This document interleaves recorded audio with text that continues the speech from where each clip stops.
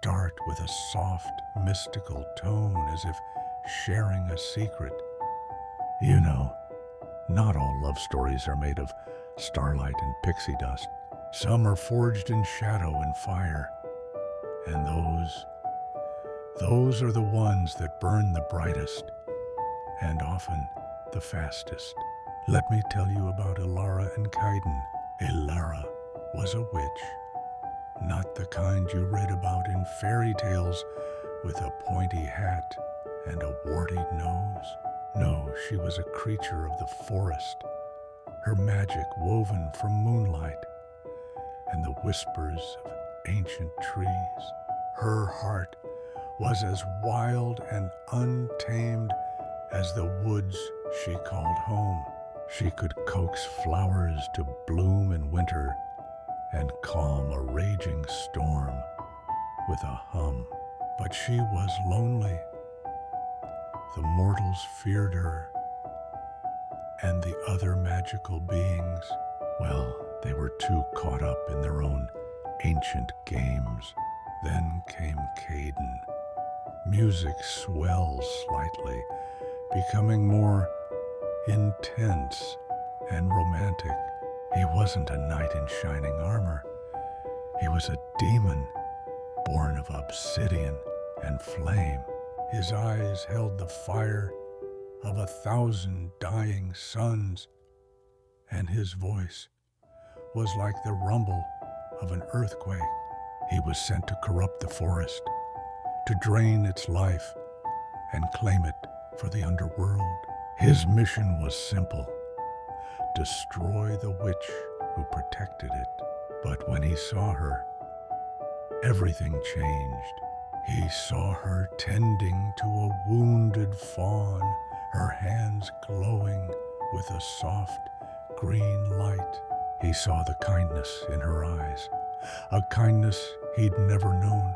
He was supposed to be her end, but instead, he found his beginning. He revealed himself, not with a roar, but with a question. Why do you protect this place? Ilara, unafraid, simply replied, because it is beautiful and it is home. And just like that, the battle lines blurred. They started meeting in secret, in moon-drenched clearings where the mortal world and the underworld held their breath. He showed her the constellations of hell, a terrifyingly beautiful tapestry of dark stars. She showed him the taste of wild berries and the sound of a bird's morning song. He was fire, she was earth, and against all odds they fell in love, a fierce, impossible, all-consuming love. They dreamed of a world where they could just be, a world that didn't care if one was made of light and the other of shadow. Music shifts, becoming ominous and sorrowful, but the universe has rules, ancient, cruel rules. The powers that be, both above and below, could not allow such a union. A demon's love for a witch was an imbalance, a disruption to the cosmic order. They gave Kaiden an ultimatum: fulfill his original duty and kill Ilara or be unmade, erased from existence as if he had never been. He refused.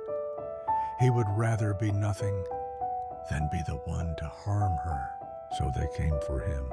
Angels and demons, a horrifying alliance, descended upon their sacred clearing. Ilara fought with all the fury of the forest, winds howling, roots tearing at the ground.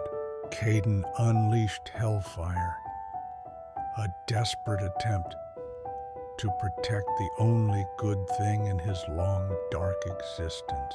But they were outnumbered, overpowered.